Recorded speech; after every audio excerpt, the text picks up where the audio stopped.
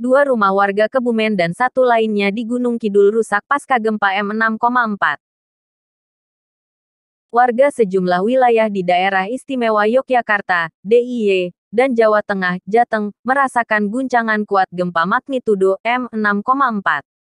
BMKG merilis fenomena geologi ini pada Jumat 30/6 pukul 19.57 WIB. Pusdalops BNPB telah berkoordinasi dengan BPBD terdampak. Perkembangan terkini hingga malam ini, pukul 20.40 waktu Indonesia Barat, Pusat Pengendalian Operasi Pusdalops BNPB menginformasikan dua rumah warga rusak ringan di Kabupaten Kebumen, Provinsi Jateng. Informasi lain menyebutkan jaringan listrik di beberapa wilayah di Kebumen terputus karena kerusakan pasca gempa.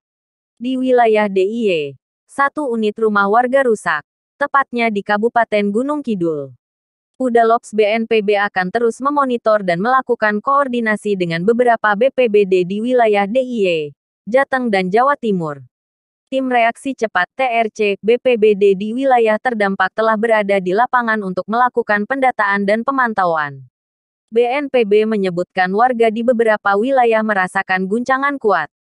Guncangan dengan intensitas kuat dirasakan warga Kabupaten Bantul, Kulon Progo dan Gunung Kidul di DIY. Sedangkan di Provinsi Jateng, antara lain dirasakan warga di Kota Surakarta, Kabupaten Kebumen dan Klaten. Guncangan gempa juga dirasakan warga Trenggalek, Provinsi Jawa Timur dengan intensitas sedang hingga kuat selama 20 detik.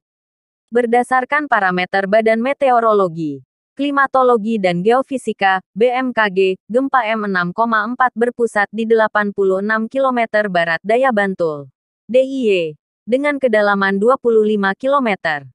Dilihat pemodelan BMKG, pusat gempa yang berada di laut ini tidak berpotensi tsunami. Sementara itu, melihat intensitas guncangan dengan skala MMI atau Modified Mercalli Intensity, BMKG mengidentifikasi wilayah Kulon Progo, Nganjuk, Kebumen dan Ponorogo pada 4 MMI, sedangkan Kediri 3, 4 MMI dan Mojokerto 3 MMI.